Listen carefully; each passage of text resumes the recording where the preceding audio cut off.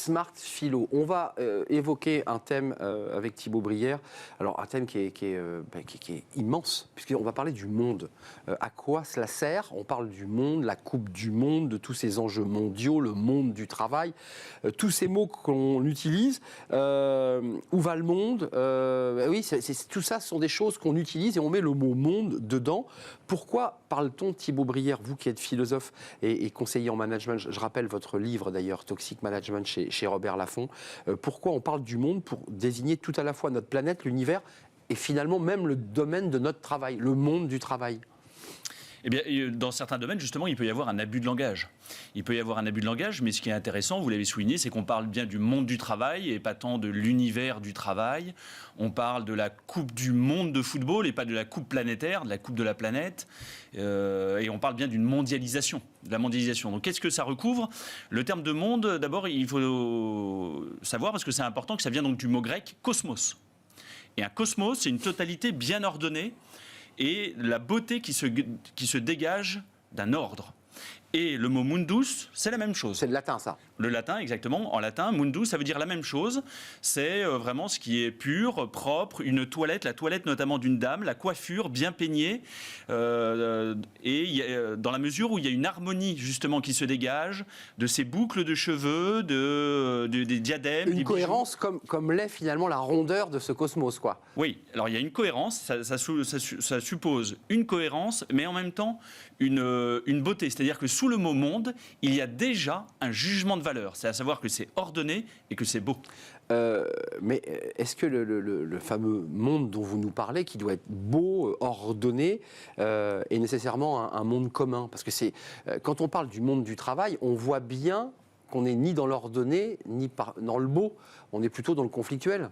Oui, mais notre tâche, pour le coup, ça peut être, en tant que travailleur en entreprise, ça peut être justement d'essayer de faire en sorte que ce soit davantage un monde. C'est tendre vers. D'en faire un cosmos, exactement, de tendre vers. Là où il peut y avoir parfois un petit peu du chaos, et mettre un petit peu plus de cosmos. Et d'où vient d'ailleurs le mot cosmétique, de ce qui est beau. Et donc, on voit bien dans le domaine du travail que la beauté même des lieux, la beauté de l'environnement, influe sur les personnes.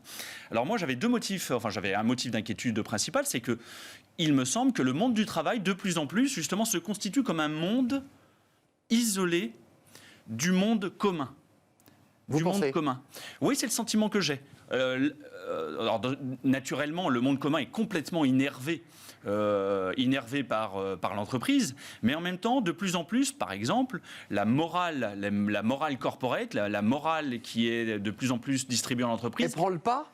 Elle prend le pas, en tout cas, est de plus en plus séparée. Ou elle concurrence, en tout cas. Elle concurrence exactement la morale commune, ce que George Orwell appelait la common decency, et de sorte que bien des comportements qu'on peut avoir au travail, on ne se sentirait pas de les raconter à nos enfants ou à notre femme. Parce que au travail, ça apparaît habituel, ce que la sociologue américaine Diane Vaughan appelle, il y a une forme de normalisation de la déviance. Finalement, y compris des comportements qui, aux yeux de la morale commune, seraient déviants, en entreprise, finalement, ça passe crème. Comme vous le dites si bien avec ce mot Jones, on a eu beaucoup de films et beaucoup de littérature qui racontaient cela, notamment pendant l'Allemagne nazie. De ces hommes qui devenaient de bons pères de famille, mais avaient des activités de nazis et de criminels. Oui. Et qui, quand ils passaient la porte de leur caserne ou de leur espace, je dirais, professionnel, devenaient de bons pères de famille. C'est ce que vous racontez. C'est effectivement ce que je dis. En tout cas, c'est une possibilité, à savoir qu'il faut toujours rester prudent lorsque un monde, en particulier, ça peut être le monde politique, mais également le monde économique, tente à se disjoindre du monde commun, du monde de Monsieur Tout-le-Monde, de Madame Michu et d'abord de Monsieur Brière. Deux sujets, la mondialisation de ce monde. Et quand on dit mondialisation, mais très rapidement, on l'associe avec l'américanisation, parce qu'on a le sentiment que la mondialisation est venue des États-Unis. Vrai, pas vrai, déviance? Je pense que c'est assez vrai, Arnaud, que c'est assez vrai parce que les États-Unis, d'ailleurs c'était Montaigne qui le disait lorsque l'Europe a découvert ce qu'on appelait le Nouveau Monde, il écrivait « Notre monde vient d'en rencontrer un autre ». C'est-à-dire que ce que l'on prenait pour le monde, grosso modo l'Europe, une partie de l'Asie, finalement on a découvert qu'il n'était pas le seul monde. Il y avait un autre monde, un monde plus naturel que le sien, qui était donc l'Amérique.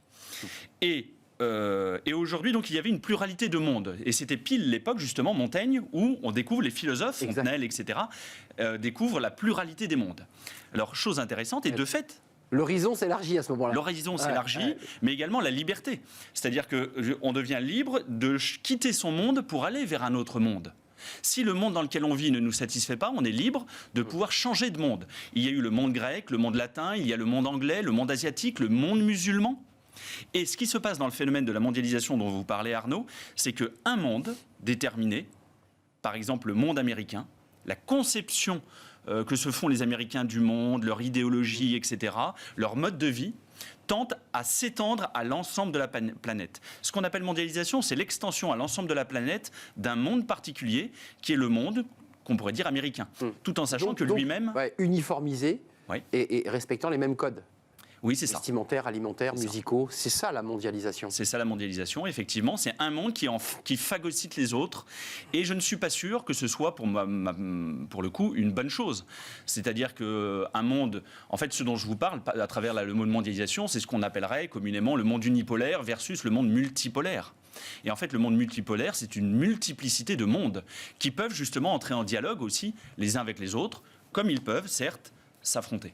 Merci Thibaut Brière, c'était passionnant. Je voudrais garder, c'est vous qui l'avez écrit d'ailleurs, il faut tout pour faire un monde. C'est une vieille phrase de Campagnard qui repositionne aussi le débat que vous soulevez. Il faut aussi des brigands, il faut aussi des gens bien, des boulangers, il faut toute la virtualité du potentiel humain. Ce qui nous renvoie à l'entreprise.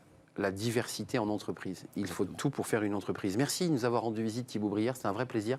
On fait une courte pause et on va tourner la page vers le cercle RH et on va accueillir Hervé Novelli pour un grand entretien. Alors, vous vous en souvenez peut-être, il avait été le ministre, le secrétaire d'État qui avait créé les auto-entrepreneurs. Depuis, tout cela a été réformé, mais ils sont toujours là, ces auto-entrepreneurs, et il pousse un coup de gueule, Hervé Novelli, à propos notamment de la place des seniors, mais pas seulement, on va en parler avec lui, de la place des jeunes et du taux d'emploi de notre jeunesse, finalement les deux bouts de la chaîne de l'emploi qui sont en difficulté. On fait le point avec Hervé Novelli, il est notre invité dans le grand entretien.